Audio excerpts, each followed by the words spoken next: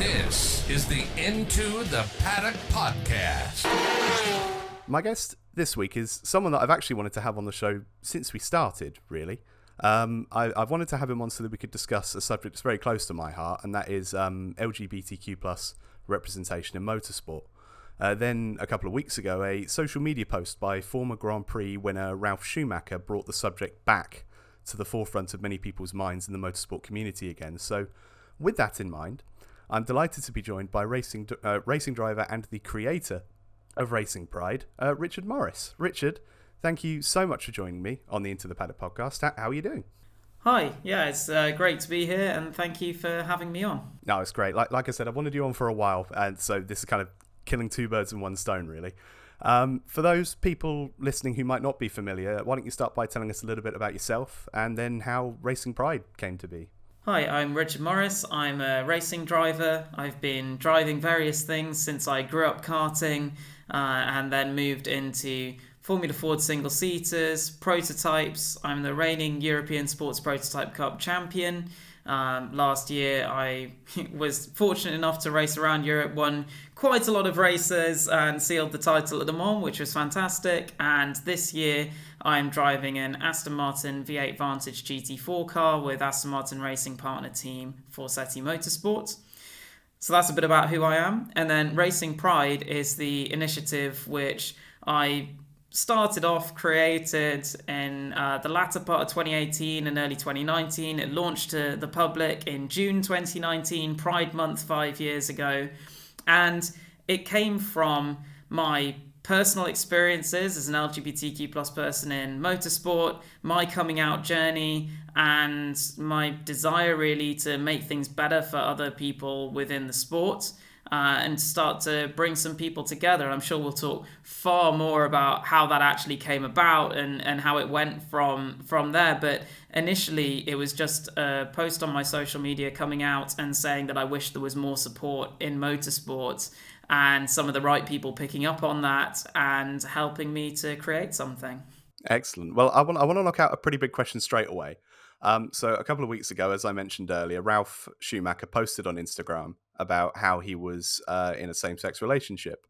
The reactions from the motorsport community to that post were broadly positive, I'd say, and it was celebrated by many. But I did see a number of people asking why it mattered so much. And I don't know about you, I don't always see that as an entirely negative question. Some people just genuinely don't see the importance of someone like Ralf coming out publicly. So could you tell us why is it so important, and why does LGBTQ plus representation matter in motorsport? I think one of the really big issues for me growing up as someone who knew that they were LGBTQ plus but wasn't out in the motorsport environment was a feeling of isolation, of being the only one and there not being other people like me. When I was young, sort of all the imagery of motorsport was pretty macho. You would only see women being used for promotional purposes to market cars to men, was the reality of my experience. And you would see racing drivers who were conspicuously macho, womanizing, being held up as the ideal. And even in the example of my hero, Michael Schumacher, you would see him get out of the car, kiss his wife, and move on. And there was nothing wrong with him doing that. But I'd never seen a driver who was male get out and kiss their boyfriend instead. There was no counter image. There was no idea that you could be different and be into motorsport. And all the time that I was growing up karting, I thought I was the only LGBTQ plus person on the grid, and I didn't know anyone else like me or any role models to look up to. And that's a big part of why it matters to have people with a profile in the sport just being open about being themselves, because it stops people from feeling alone or like the only one. I think something else it does is to normalize conversations. I think sometimes you just won't have this conversation about being LGBTQ plus in the sport unless something starts it. And I think things like Ralf coming out in the way that he did can help us to have conversations like this one that can lead to an improvement for other people. And I think as well, visible representation is really important for what it can do for allyship.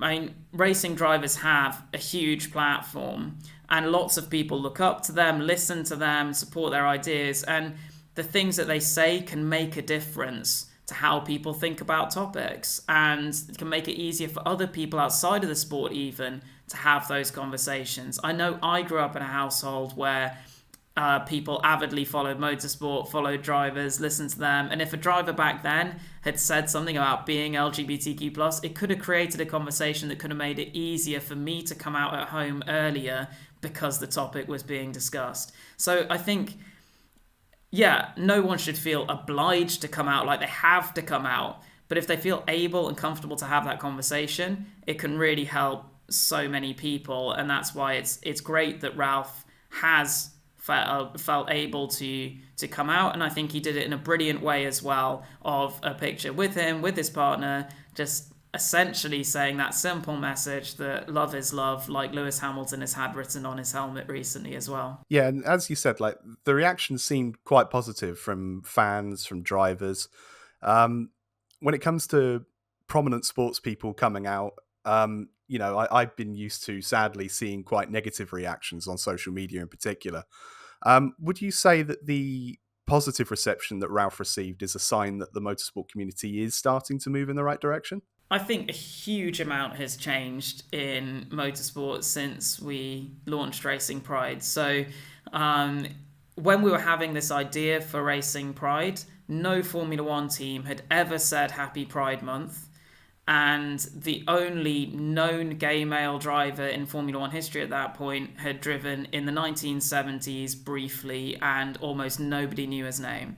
And so there was a huge lack of representation of LGBTQ plus people, and just a silence in discussing it. No support being shown like you'd see in other sports. And I think we've come an enormous distance from there, with Racing Pride now being partnered with 5 of the Formula One teams, having members in at least 17 different countries, hundreds of members, ambassadors and community champions in different disciplines across the sport who are visible LGBTQ plus people, and not just drivers but also mechanics, engineers, volunteer marshals, officials, people in the media, all different roles associated with motorsport, to show that you can be LGBTQ plus and be successful in this sport. And it has been fantastic to see the positive reception for Racing Pride and for Ralph's recent news. And that isn't surprising to me, in that Racing Pride was started not as an attack on motorsport, but to be positive about motorsport. I had struggled to be myself in the sport, but I realised that actually there are a lot of great people in the sport who want to be allies, who want to open it up to everyone. They just don't know how to start that conversation. And I hope that what we are seeing is that through the conversation we've started, we've found a lot of those allies and a lot of people who do want to speak up in support and do want the sport to make progress, to go forward, to include more people. So there are huge numbers of positives. There are also remaining challenges, and I think it's important to acknowledge them. And I'm really pleased at the positive reception that Ralph has had. It is the case that you do see negative reactions. Obviously, through Pride Month, through our work with our partner teams, our name and what we do was put out there to huge numbers of people. And there are always comments that push back. There are the throwing up emojis and the people just, being mean and criticizing, all that kind of thing. It is still out there. But I do think things are shifting, in that we have started to find a community of people in this sport who do care about it and do use their voice in good ways. Both fans sort of showing their support, drivers coming out as well, but also allies really vocally and powerfully using their voices too. People like Sebastian Vettel, Lewis Hamilton. And that was unimaginable when I was a kid. The idea that multiple world champions would talk up in support of LGBTQ plus people, it just was inconceivable from where this journey started for me. Yeah, absolutely. I think progress is definitely being made, I would say, thanks in part to people like yourself and groups such as Racing Pride.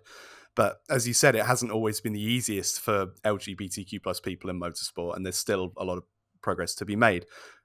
Ralph might be the most prominent motorsport person to have come out. In fact, I saw a great post from one of your team, Lucy, that Ralph is the fourth person in F1 history to have come out. I believe following on from Lella Lombardi, Mike Bootler, and Nietzsche Cabral. There's also been a number of other drivers in history who come out, most notable probably being three-time Le Mans winner Hurley Haywood. All of those people are former racing drivers. Now, there are, of course, active racing drivers who've come out, such as yourself, Abby Eaton, Jess Hawkins. Over in the States, there's the NASCAR driver, Zach Herrin. As a racing driver yourself and someone who has had the opportunity to speak with many other people in the motorsport industry who are LGBTQ+, what have been like the challenges in racing specifically, and why have we not seen more people involved in racing coming out? Not that they should be pressured, as you said earlier, but why haven't we seen more? Yeah, I think it's a really important question. And as you say, there are a few drivers scattered through Formula One history who've been known to be LGBTQ+. I think out is a strong term for some of them in that they lived at times where it was illegal to be gay, or where society just didn't and couldn't talk about these things in the way that we do now. And so while people around them might have known that they were LGBTQ+, they weren't really out in the same way as some of the names that you mentioned towards the end of that list. And as you said, a lot of the people who have come out who've been prominent have done so after retiring, including Ralph. And Hurley Haywood spoke in his book and film about how difficult he'd found it to be closeted throughout his illustrious career, and is now able to talk about it after retiring. I think there were a number of things, certainly from my experience, that contributed to me not coming out in motorsport until after I was out in the rest of my life. So I'd had a partner for a long time before I came out in motorsport, a same-sex partner. I'd been out to my friends. I'd even been out in other sports. I used to compete at fencing for Great Britain internationally up to World Cup level. I'd been out in that sport, but I hadn't really been out in motorsport. And I think there were a few things that played into that. There was the lack of role models and the idea that because I hadn't seen successful people that I looked up to who were like me, there was no reassurance that, yeah, it'll be okay. You can be just like this person. It was okay for them.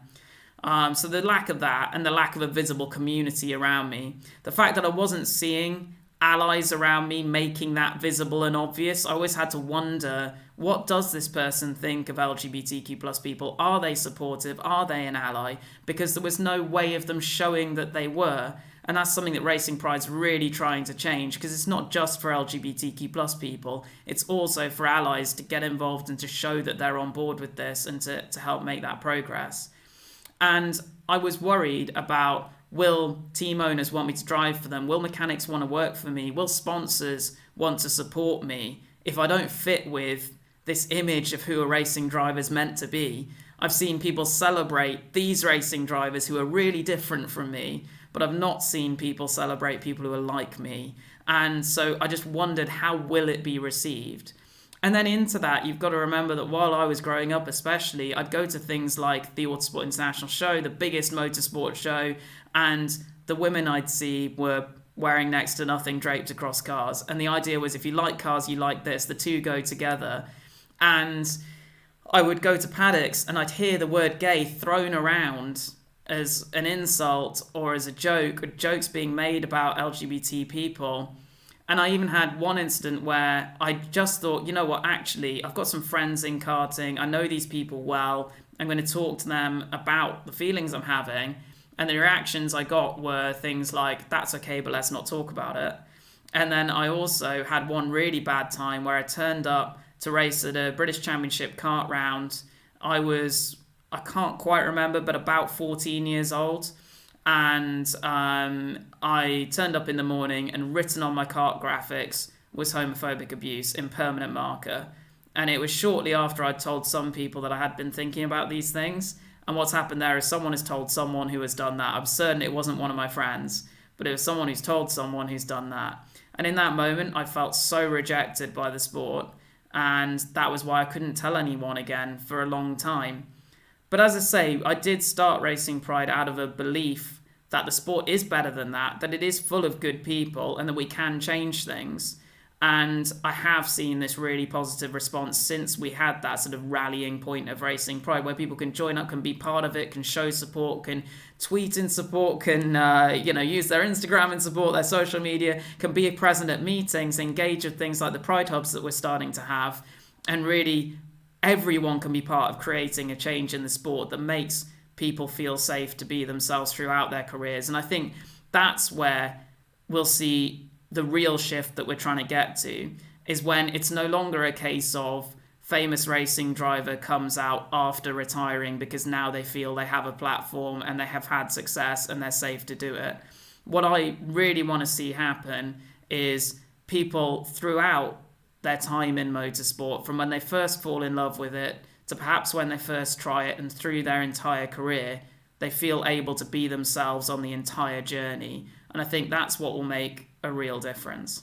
Yeah, and there have been some steps toward making motorsport more inclusive and diverse.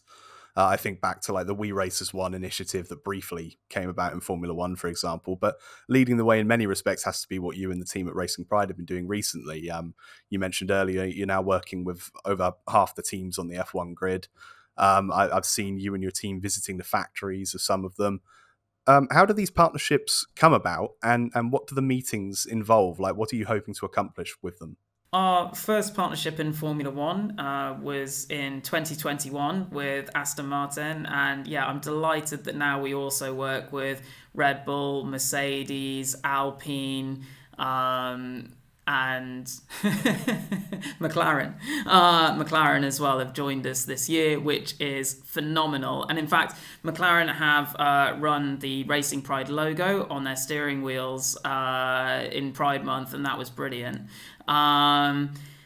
We do a huge amount of work with our partners. It really isn't just putting logos onto things or some sort of PR initiative. It always comes as a result of a lot of work behind the scenes.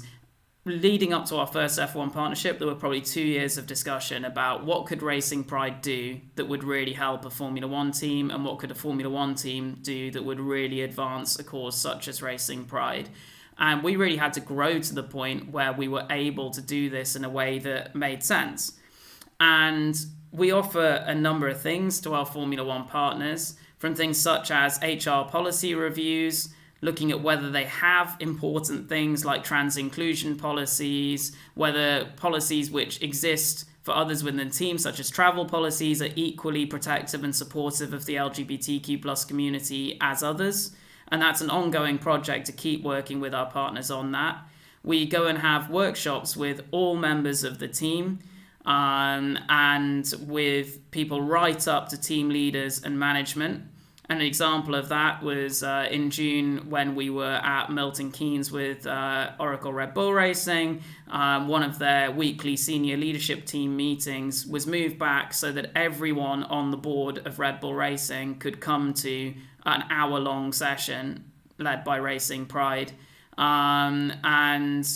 We have these workshops with HR, with all members of the team, with leadership, targeted to their roles within the team about how they can support LGBTQ+ people. We also have panel sessions where our ambassadors discuss their experiences so people can understand and empathize. And we go on walkabouts as well of our partners' locations so that we can connect with team members and hear their stories and offer them support and advice. And it's been really moving, where we've had people who say, I've been working with this team for a long time, I love it here, but it took me such a long time to feel like I could talk about being LGBTQ+, or even there have been people who've told us on the day I am LGBTQ+, I just haven't said it to my colleagues yet, and I didn't really know how. But now that I've seen them engaging with you and showing support for Racing Pride, I know I can talk to them. I had one incident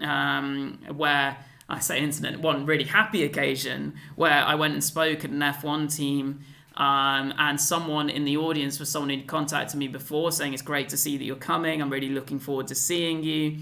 And then they came to my workshop and they saw a lot of their colleagues at that workshop. And they saw how positive their colleagues were about Racing Pride and what we were talking about. And the next day, they came out to a group of their colleagues for the first time, and they messaged me to say, I did it because I felt that they would understand, having been to this workshop, and they've received it so well. And I feel so happy and so much better at work now that I've been able to talk to them. And the reality is, someone coming to our session doesn't start off as a bad, intolerant person and leave as a great person. That's not how anything in life really works. But the act of them coming together to have that conversation, and they will learn things, but also just showing that this is a conversation that can be had is so powerful and opens up the space for those to be carried on within the team in the day-to-day work that they do, and makes it possible for people to really be themselves. And for me, that's so motivating. So we do a lot of work behind the scenes with the partners. And then on top of that, the partners also help us with our member community, with engaging the member community. We've had visits to our F1 factory partners. They've offered tickets to get our members to tracks and to paddocks. And we've had some amazing opportunities to bring LGBTQ plus people and allies together who perhaps don't work in the industry professionally, or who aspire to at some stage, or who are just fans. Because for me, that's a really important part of what we do, is just bringing people together. Oh, fantastic. And away from working directly with the competitors, you mentioned Racing Pride does a lot of community work with fans. So obviously, you've got your own member group. You've recently started organising Pride Hubs, F1 and other race events. Tell me a little bit more about that and the reaction you've had at these public events.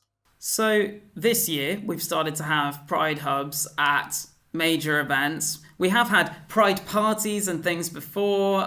We organised the first ever Pride-specific event at a UK racetrack at Silverstone a couple of years ago, at just a national motorsport event. This year we've really taken things up a gear with the Pride Hubs. We had one in Melbourne at the Australian Grand Prix earlier in the year, and that was the first ever F1 Grand Prix Pride Hub. We had one at the British GT at Silverstone, as well as the Grand Prix at Silverstone. We've just had one at the Goodwood Festival of Speed, and last weekend I was with Motorsport UK in a combined Pride Hub between Motorsport UK and Racing Pride at the British Kart Championships. There's going to be another one at a British Rally Championship round. And the beautiful thing about these Pride Hubs is it creates a space at major events where we can talk to people about Racing Pride and what it stands for. We can educate people, of course. We can bring people together. And we can also make people who are at those events feel seen and feel supported, and provide that uplifting space for them. And I really believe they can make an enormous impact, both in being there for LGBTQ plus people and bringing our community to it, but also just seeing Pride Hubs at these events. I was reflecting on that at Shannington last weekend. I was a member there for 11 years doing karting while I was growing up in the sport and learning about the sport. And it's a place where I, as a kid, for all the reasons we talked about, hadn't been fully myself.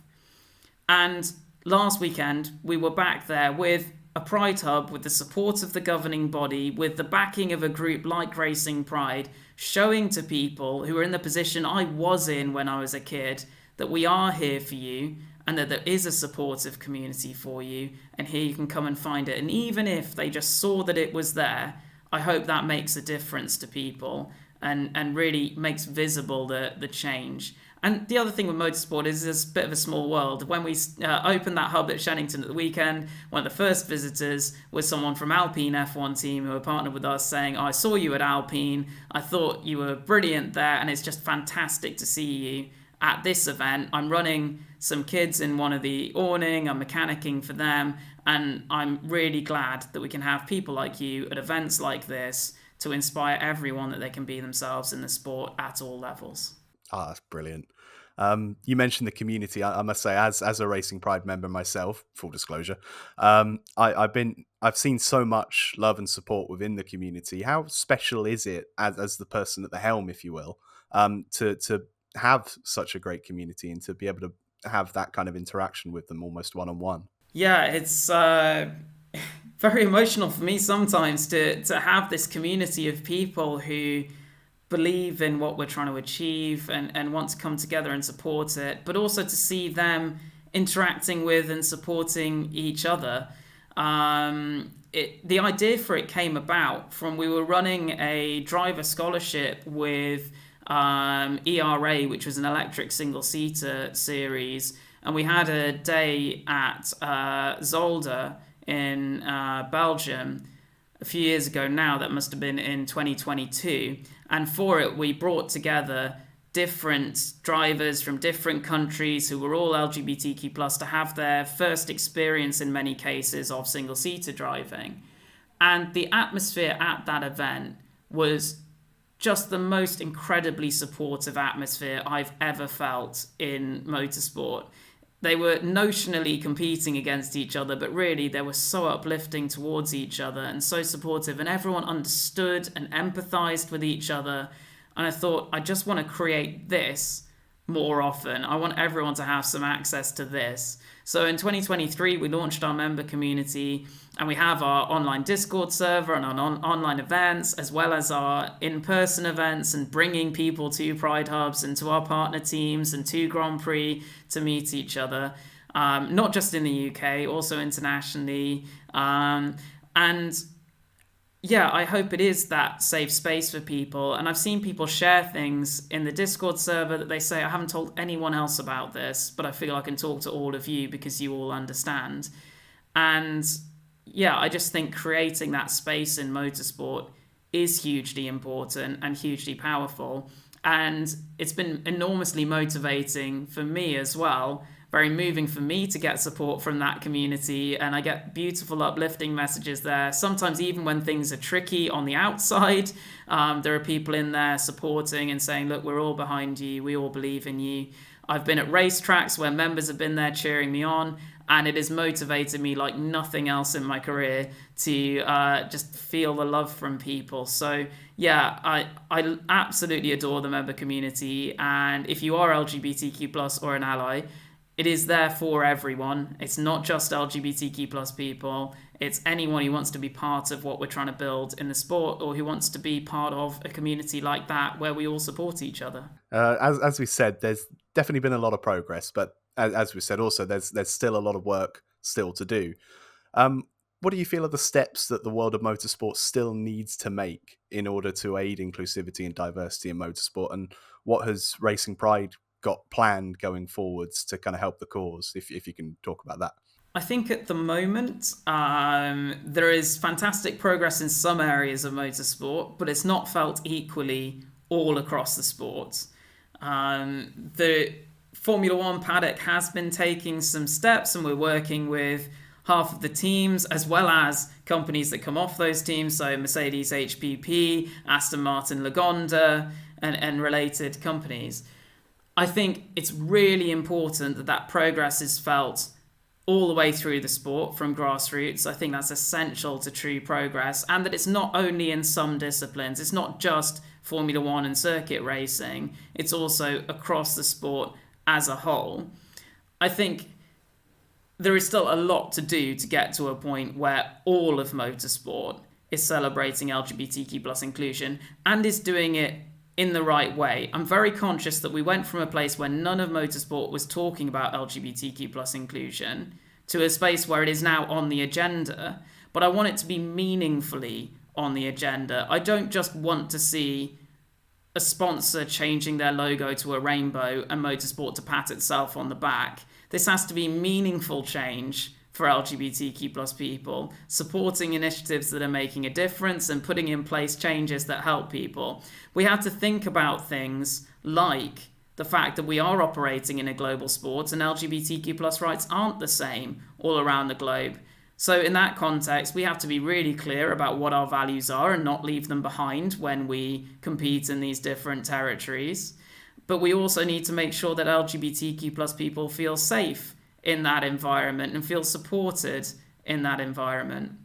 So I think a couple of things that we're really working on at the moment are being present in more different areas of the sport, using some of the platform and resources that have come with working in Formula One to be at things like kart meetings, being in more different areas. So we were at the British Superbikes earlier this year. I'm going to speak at MotoGP this weekend.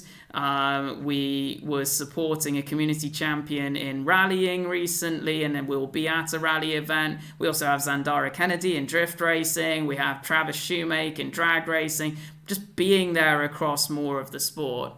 And then also we're going to continuously be working to try and address the real challenges that there are in motorsport in terms of policy and making sure that it genuinely is an inclusive environment for LGBTQ plus people. It doesn't just say that it is. Brilliant. Obviously, the primary reason I wanted to have you on the show was to discuss racing pride and LGBTQ plus representation in motorsport, but it would be remiss of me not to talk about your on-track activities as a racing driver as well. You've been racing all manner of sports cars and prototypes over the last couple of years. You mentioned earlier you won the European Sports Prototype Cup last year, and you've been driving the Aston Martin with for SETI Motorsport so far this year. How's that been? Yeah, this year I've been trying GT racing for the first time. And so I've got a big background in karting, single-seaters and prototypes. And at the end of last year, I felt like I'd reached a real milestone in my prototype career by winning the European Sports Prototype Cup, also winning the Trophy of Dunes at Zandvoort. By the way, that was my favourite ever race day that I've had, because I had a number of Racing Pride members with me there at Zandvoort. So marshals on different posts who are members of Racing Pride, guests who were members of Racing Pride with me in the garage, spectators, officials. There was one of the clerks was a member of Racing Pride, and it felt like a massive pride party. And it's one of the biggest races that takes place in the Netherlands, and fortunately I was able to win it, and it was just the most uplifting day and really special memory. So last year was massively successful in prototypes for me, and I felt like I'd achieved a lot of what I set out to do in the series that I was in at that moment. And looking at where I could develop and where I could bring things forward further, I thought, well, actually, it'd be great to be involved in GT racing in 2024. Partly because I think it's a really great experience for me as a driver. It's a different type of car. It's bigger, heavier, a little bit softer, but it is beautiful to drive. It's just a very different feel on the driving, and that's really a fantastic challenge for me to learn, to adapt, to change, to get that in my skill set to be able to drive those types of cars too. It's a booming area of the sport. Grids are huge in GT racing, so many manufacturers involved, so much sponsor interest. It's a really healthy area of the sport, and it allows me to really directly bring together some of the relationships that I have with Racing Pride with my racing. So driving an Aston Martin, we obviously do so much work with Aston Martin, both in Formula One and Aston Martin Lagonda, the road car side of the business. So I'm enormously proud to be driving a car that has the Aston Martin logo on it, given the amount of work that I've done with Aston Martin. And I've driven the car a few times now. I feel like I'm really hustling it, getting it to its limit, and starting to enjoy the feel of it, and having a big, torquey, loud GT car. And really, they're amazing. They the traction control, the anti-lock brakes, the technology on them, they work sensationally, and they're a lot of fun to drive. So loving the environment, loving it as a career step and what it represents. And I hope as well I'll be able to open up some more opportunities in the future through it, for not just myself, but also for Racing Pride. Excellent. And obviously you've raced stuff like the Praga, the Revolution race car, the Aston. Are you going to stick with GT racing going forward, ideally? What's the plan? Are we going to see you on the grid in British GT or even Le Mans at some point in the future? So racing always depends on what backing you can get and where you get it. I've always said that I'm not a driver who thinks I have to be in that series, I have to be in that car, this is the goal. I love driving cars, and I love having opportunities to drive amazing cars, and I'm just motivated by that, and I feel extremely lucky to have had the opportunities that I've had. I don't think anyone can say that they deserve an opportunity in racing. Anyone is lucky to have it if they do.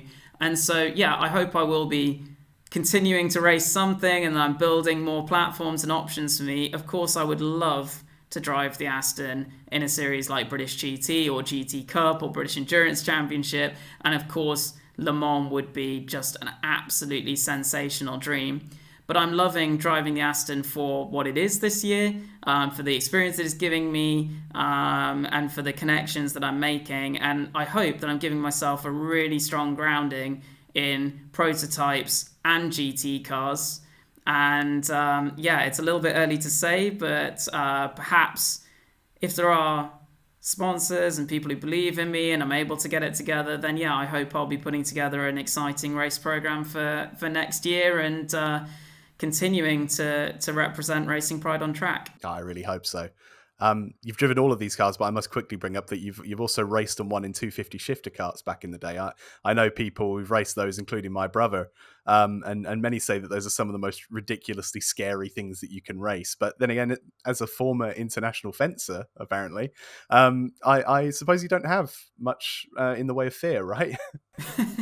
I adore 250 gearbox karts. I'm glad you brought them up. They are phenomenal. So for people who don't know, they are literally just a chassis, wheels, and a big motorbike engine with a little bit of pretend fiberglass bodywork on it, but no seat belts, no proper crash structure or crumple zone or anything like that. And the lap times are quicker than F3. They are so fast because they're so grippy, and the power to weight is incredible.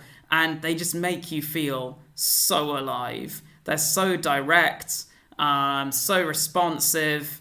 And I drove them for 5 years and was absolutely in love. And I didn't leave them because I was bored of them or I'd moved on or anything like that. It was just because I wanted to keep advancing my career, and I felt like I'd done what I could do there, and I wanted a chance to go car racing.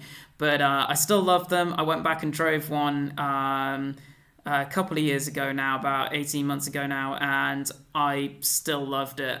Although the first few laps when I got in, having driven cars for a few years by that point, I thought, wow, I don't remember how much vibration there was and, quite how raw it is. But after about 3-4 laps, I'm just like, I remember this. This is good. And it feels amazing. And I think also, I don't really feel fear when I drive because you're just focused. It's just all focus. And you don't even have time to feel fear. You're just living in the moment. And I think that's probably the most beautiful thing about being a racing driver, is it gives you these moments where you are just existing in the moment and nothing else in the world exists. And that's I think that's why people get addicted to motorsport, really, is it's just sometimes just you and the track, and that's it. Excellent.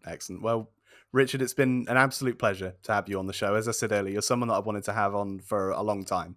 So thank you so much for coming on the Into the Paddock podcast, but also, and more importantly, thank you for everything that you've done and are doing and will be doing for Racing Pride. The work you and your team have done to improve inclusivity and for LGBTQ plus people in motorsport is utterly invaluable. So it means so much to people like myself to see the tide shifting and it becoming a safer and more welcoming place for people like us, and for anyone LGBTQ plus working in motorsport, be it as race car drivers, be it as mechanics, team personnel, media, or even fans. So yeah, thank you so much for all that you're doing. Well, thank you. And thank you for having me on, and for the little bit of representation you give us as well in the sim racing. And I love seeing people have the Racing Pride logos on their sim liveries and things. It's just amazing to see, and it's all part of broadening the visibility in the sport. So thanks for giving me the opportunity to talk to you today. Excellent. And if people want to know more about Racing Pride, where can they go? Where can they find you? So racingpride.com is our website. All the information's on there, including about membership and events and news stories, things like that. And we're on social media, of course, as @RacingPrideHQ for headquarters. Largely because we needed a distinctive handle. So that's on X and Instagram. We have a LinkedIn page. Check out our website and our social media. Excellent. Richard, once again, thank you so much for being on the show. Good luck with all your racing exploits and with all your efforts with Racing Pride going forward. Great, thank you. This is the Into the Paddock Podcast.